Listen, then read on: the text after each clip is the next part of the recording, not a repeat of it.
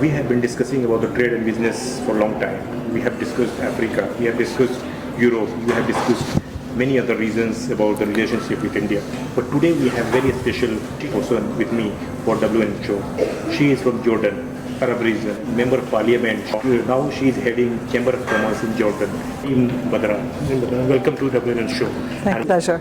So today we will start with something, very disturbing news we are seeing across the region. Not only about the Palestine or Gaza, it's affected whole region from whole Middle East, we can say. So being an entrepreneur and a policymaker, how do you see this geopolitical change and how it is affecting especially the women and children in the region? Thank you very much. Actually, the whole region, Palestine, Gaza, the killing that we are seeing there, and this is, we say special, we have special regards for the Palestinian women and the women in Gaza who have lost their, daughters and sons. And we have seen a lot since October 7th. And the whole killing, we call it istishhad, the martyrs that are happening. This is, we recognize the Palestinian woman and the mother and the children in Palestine and especially in Gaza. And what in the region and I think around the world, what we have seen is unforeseen actually. The killing and what should be done today is a ceasefire. We talk about international human rights and nothing has been done on the ground. On the contrary, we have seen countries from around the world who are supporting the killing, which is unforeseen. We have 30,000 people who have been officially announced killed, another 30 maybe under the ground, and much more are facing whether physical or psychological kind of unrest. So this is inhumane at all levels, and we haven't seen anything like this in the recent history. And I think this is also, we'd like to recognize the Palestinian women. Now we talk about Women's Day. Definitely Women's Day is for the recognition of the strong and brave Palestinian women who have been facing and trying to survive under all the difficult circumstances, whether in terms of health, in terms of the killings, in terms of not having food or water or proper water, if any. We don't know what will happen to them. And in our region, in Jordan, and our king is always asking for ceasefire to stop the killing of the innocent people and civilians, reporters as well. And we have seen a lot of reporters who have been killed, much more than any other time. Not even during the World War II, numbers of reporters that have been killed then, they're much more than we see now in the Palestinian lands and in Gaza in special.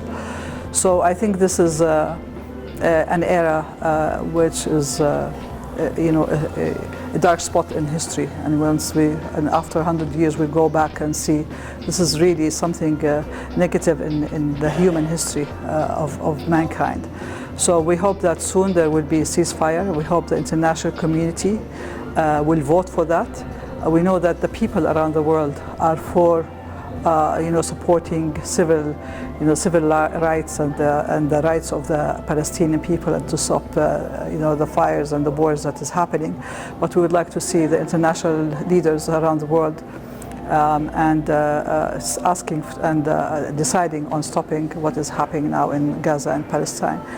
And this is not just affecting them, this is affecting the whole area, and this is affecting, internationally, we talk about human rights in all over the world, but what we have seen on the ground today is totally against what we have studied and what we have read back in time. So I think we still can stop this right now and stop the killing of the Palestinians, stop killing of the civilians in Palestine, whether women, children, and reporters and doctors and nurses from all over the country. We have 2 million people who are there, and they have been moved to the south of Gaza, and God knows what will happen to them. And this is really a disaster, a human disaster. Being a policymaker, entrepreneur, and a mother, so how do you see that? Is it normal or very challenging to be in a position where you are right now?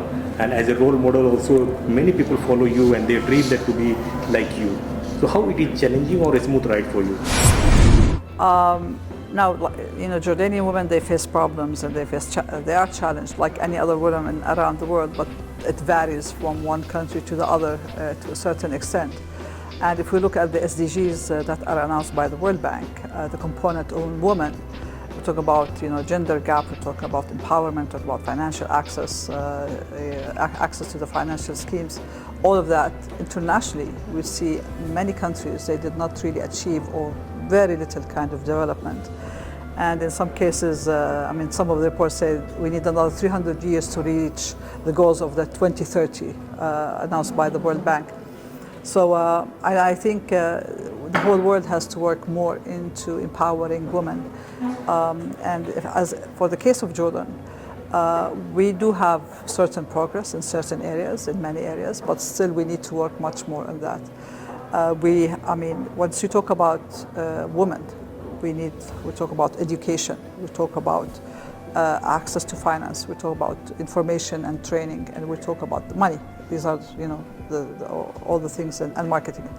So in terms of education, women are highly educated in Jordan. Illiteracy rate is like 98.9%, so almost 100%. This is very high. More than 50% Jordanian universities are Jordanian women.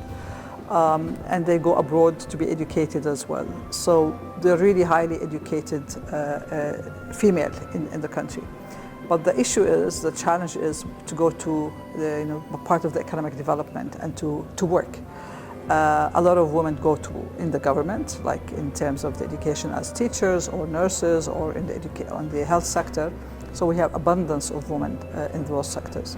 But when it goes to leadership and goes to the private sector, this is where we need to work a little bit more. And the government and the NGOs, the chambers of commerce and chambers of industries, all of the entities and the policymakers are working toward enhancing and accelerating having more women in these fields. But we still have a long way to go. So education, we're really good in that. Access to finance, we still need to work more on this, because access to finance meaning having literacy kind of component within women, the illiteracy kind of financial illiteracy, and how they need to put their financials together, have the budget, have the accounting skills and all of that.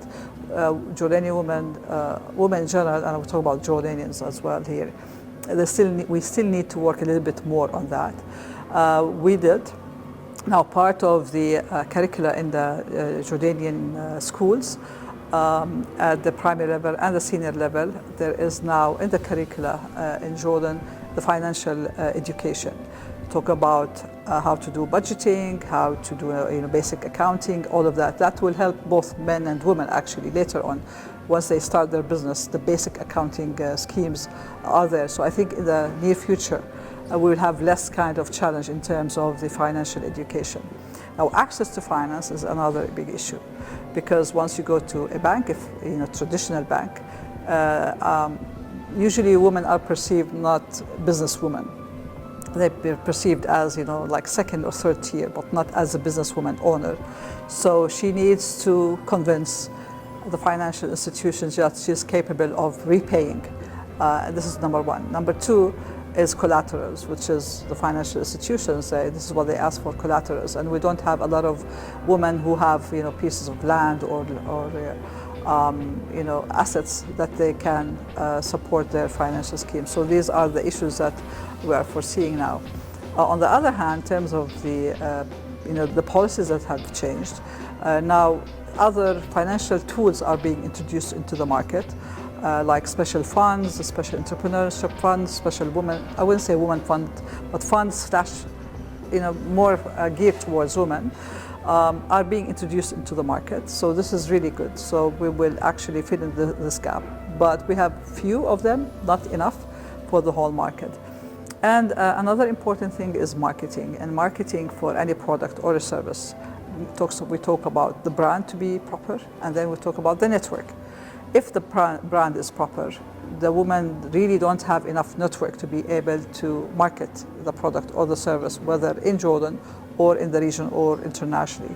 So this is still very poor. We're talking about network like being part in chambers, being involved more in travel to conferences, trade shows, or all of that.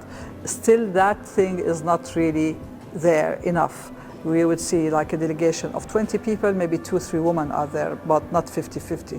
So a lot of women are losing the opportunity to network, actually, to sell their product or to sell their whatever they're selling, where men are easier for them to do this kind of marketing. So these are the challenges that we face, and above all is culture as well. Culture, I mean, in the main cities we don't have this issue, but in other areas in Jordan, yes, there is. Talk about culture of the woman herself, the female herself, to be able to think of herself as entrepreneur, as a business owner. So in some areas still this is not there. So we need to do more in terms of culture, and as well the male in the family, the male figure in the family, whether the father, whether the husband or the brother, they still do not foresee that a female member of the family will be like leading a company. And all of us stakeholders are working towards changing this culture to make sure that she has the right, and if she wants to do this, she should have the right to be able to excel in her company. I would say that in terms of the economic structure in company, a lot of Jordanian female, although they're not part of the official system of numbers of companies or micro companies or whatever, but we have so many business activities that are not part of the official system. So they work from home. So we don't see them actually in terms of the numbers, but there's so many of them. This is good and bad. This is good because they're there, earning money, and they have income for themselves and their families, and for the economy at large. So this is really good. But on the other hand, we don't see them.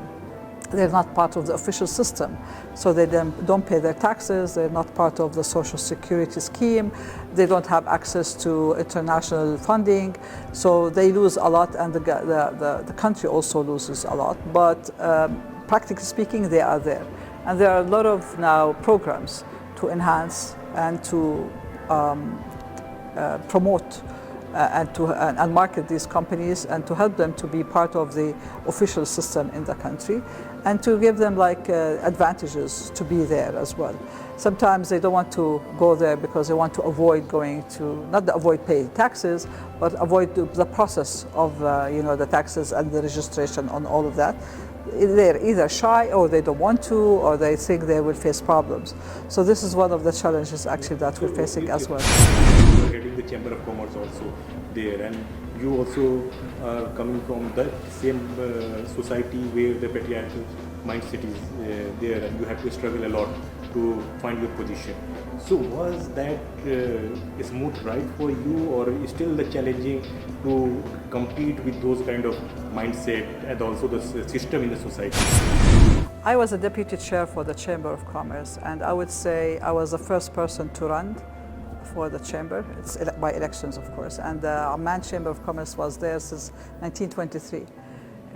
No woman actually ran for elections ever since 1923. So when I ran, that was, why would a woman run there, assuming that chambers is only for men?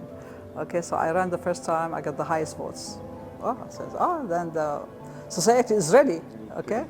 And I ran again. I was also lucky that I also have high votes. So it can happen, but I wouldn't say it's easy, because whatever the men do, women has to do double, all right?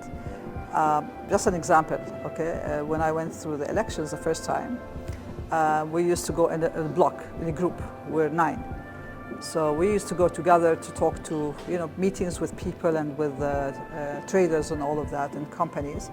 After they finish, after they go home, I used to go again to the same people and meet with them on one-to-one, because I want them to know me, because once I'm with a group, I'm lost, all right? And sometimes they're shy. So when I go one-to-one, they cannot be shy. They have to talk to me at the end of the day. So I worked double. And this is what women usually do. They work double to be able to reach the same level of men, and maybe sometimes they will excel as well. but it takes a lot of effort. So if you see any female around the world, not just in Jordan, whether in India and wherever you go, believe me, women do work much harder to reach wherever they are today. So it's a lot of effort actually, because in certain sectors, if in that community you don't see a lot of women, once you are there, they will, why is she there? What does she have? And then they ignore you for a while unless you prove that you really deserve to be in that position. So I would say when I ran for the elections at the chamber, that was a big challenge for me and for Jordan as well. And afterwards, in the Chamber of Industry, several women ran for elections and they won. So that was really amazing. It was really good. So you're talking about how to follow. Sometimes you have to, break the system, okay? And others will be there, like others broke the system and I was also following. And now I broke the system for this and others were following as well. And also when I ran for elections in the parliament, I was the first person in my area to win outside the quota. We have a quota system and you can compete outside the quota system. So I was the only person who won then outside the quota system. So what was a big thing. And now we have others who are working to work and to win in the parliament outside the quota system. So it's always a challenge to be there, but once women are there, believe me, they make a difference. And I always say that once there is stakeholders are from different backgrounds, like male, female, young, old and wise, an accountant and a lawyer, a business person, all of these, once they sit around the table to decide on an issue related to these people, the decision will be much wiser and much better. That's why we have to have a variety of people around the table. That's why I say, if you don't have women around the table to decide on any kind of activity, the outcome, the decision, will not be as solid, as good as if all the stakeholders are around. And the same thing, if only men were around the table, it would be wrong. If only women were around the table, it would be wrong. And I think all of these people sitting together would be better. And we have seen in companies, if you have a company that you have a variety of backgrounds on the board, the decisions will be much better. Women usually look at details. Like if you look at the financials, like the budget, they will look into the tiny, small, gritty details. This is the skills that women do have. The men usually look at the whole picture on a board level, I would say, not the accounting, the whole board. So we need both inputs, the whole picture and the details. So they complement each other, so the end result will be better for the company and more profits for the company. So we've seen that companies who have more men and women together on the table, more profitable. So it's to the outcome, to the better of the whole thing.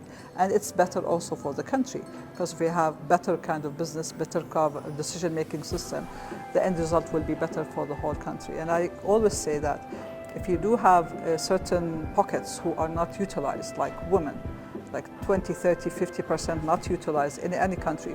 So actually, you're losing your GDP of like 20, 30, 50% of your GDP.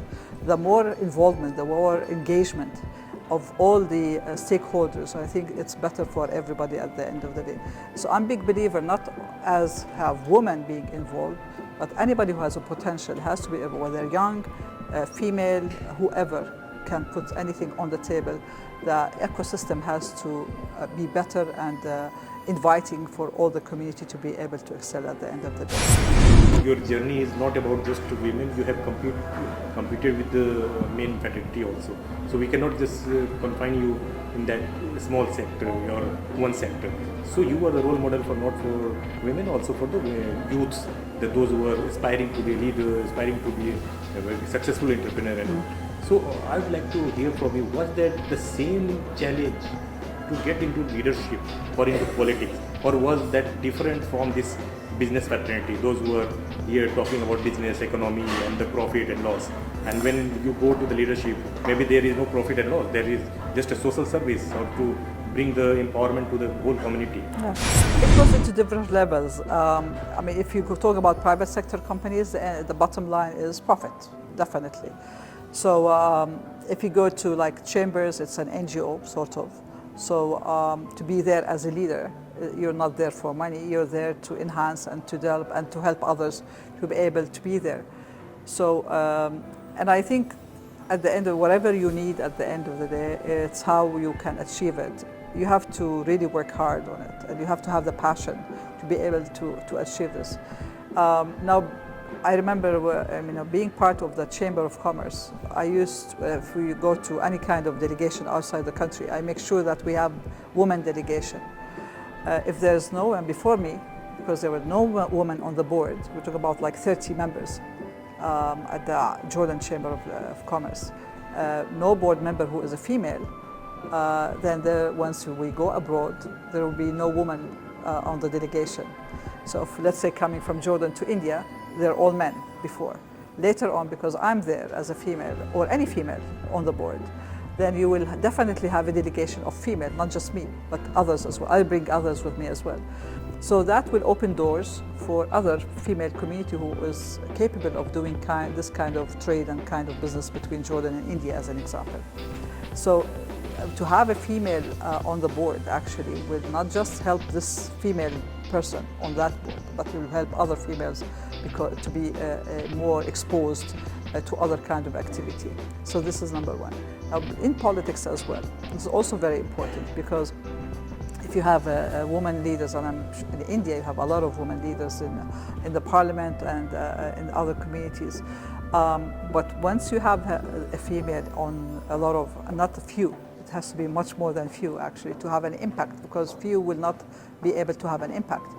To have several in the parliament, then issues related like to women issues, like access to finance, like equality in salaries and wages, like civil rights, any labor law, social law, civil law, whatever kind of activity related to women and to family, this will have, the eye of the female is totally different from that of the men. So the out result of whether laws, regulations, policies, all of that will have more solid impact on the equality for the family at the end of the day. But if you don't have women over there, men cannot really see what females see, and they don't really know their challenges, what their challenges are. So it will be difficult for them to go and ask, what are your challenges, and come back to the parliament and decide on their behalf. It's not proper to decide on that. They have to decide themselves on what is good or not good for them. So I think that in policy making, in politics, whether in parliament, in laws and regulations, or only laws I would say, it's important to have enough women. I mean, for us enough is at least 50%, but we're practical, it's not there yet. So we have to have more women in the parliament, and we have to have more women in the economic kind of fields and all the executives, which is the cabinet. And I would say in Jordan, for the last few years, and His Majesty King Abdullah has been advocating a lot and talking a lot about engaging more youth and women in Jordan.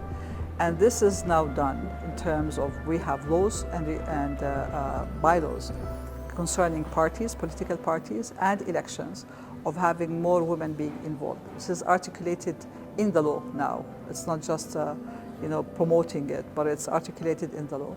And we have elections in Jordan end of this year. And according to the elections, there is part of what we call zipper system in elections. There'll be more women in the parties. I'm involved in one of the largest parties. I'm the Deputy to the Secretary General, so we're having more women now in the party. More than 35% in our party are women. It's the largest party in Jordan. And also according to the law, we will have more women actually engaged in running for elections. Not just in the party, but also running for elections in the parliament, and we have elections in the municipalities and elsewhere, all kinds of elections as a matter of fact, and also in universities. So we're having more female being engaged in university activities in terms of elections. So it's very vibrant, I would say, in Jordan this year and years to come. And I'm very optimistic in seeing more women being leaders, whether in the parliament or in the government or in the private sector. It's not just wishful thinking, but it is happening on the ground right now. To conclude, just wanted your small message to the young entrepreneurs, those who are aspiring to follow you or just to want to be a successful entrepreneur. What 2-3 key points that they should focus on? Now, the basics are 4 things: education, information, marketing, and money. These are the things. But without having passion and resilience and working hard, none of those will happen. These challenges are there not just for a certain country, it's international actually. But I mean, at the end of the day, if you have the passion and work hard, definitely at the end of the day, it will happen. People say some people have luck, others, but you make your own luck, I would say. But you cannot just come to you. You have to work and work hard to be able to do it. And I would say sometimes it will not work. You will be frustrated. It's good to be frustrated for like a day or two. That's it, not more than that. But you have to learn from your mistakes, and it will happen at the end of the day. And we have seen so many examples that will happen like this. So I think, and you have to keep reading and knowing what's going around you. And now you have access to Google and ChatGPT and all of that. So the whole world is in your hand, literally in your hand. So you could really know, what's the market, what's the best market to do. Even some kind of skills that you don't have, you can really learn. I would say myself, I've been working on laws for so many years. I used to work in the government before, and then in the parliament chambers and all of that. So learning never stops. It's really evolving, and there's so much tools now we can really have access to in terms of the internet. It's accessible. So you have to keep learning, teaching yourself of what's going on, what's happening today, and what's the best market for you. And once you have the passion for it, you will be able to do it. So never stop. Thank you so much for this candid discussion. Thank you. Thank you.